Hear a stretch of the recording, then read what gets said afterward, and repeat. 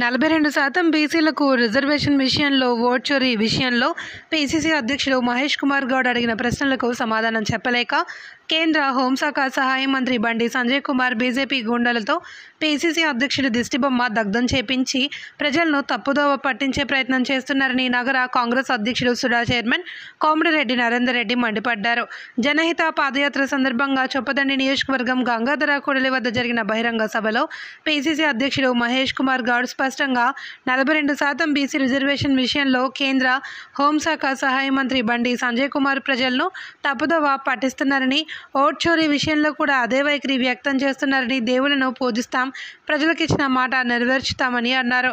ఈ కార్యక్రమంలో సమాద్ నవాబ్, దన్ను సింగ్, గుండీటి శ్రీనివాస్ రెడ్డి, దండి రవీందర్, వంగళ విద్యాసాగర్, నెల్లిసర్ నరేష్, షబానా మొహమ్మద్, పెద్ది తిరుపతి, ముల్కల కవిత, గంగుల దిలీప్, కుర్రా పోచయ్య, యనమల మంజుల, జ్యోతిరెడ్డి, అస్తాపురం తిరుమల, కీర్తి కుమార్, అఫ్రాష్, షహాద్, జూపాక సుదర్శన్ తదితరులు పాల్గొన్నారు.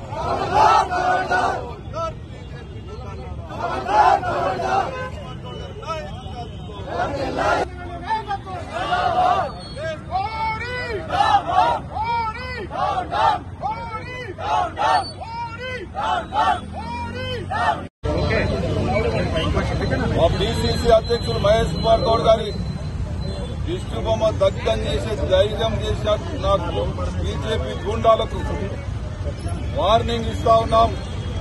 ఈరోజు మా పీసీసీ అధ్యక్షులు మహేష్ కుమార్ గౌడ్ గారు 42% రిజర్వేషన్ కు సంబంధించి ఇవాళ ప్రభుత్వ పరంగా రేవంత్ రెడ్డి గారి నాయకత్వంలో రాష్ట్ర ప్రభుత్వం బిల్లు ప్రవేశపెడితే శాతగాని దద్దమ్మలు కేంద్ర ప్రభుత్వంలో బీసీలకు అన్యాయం చేస్తూ ఆ బిల్లును ఇవాళ ప్రజలను తప్పుదో పట్టించే ప్రయత్నం చేయడం.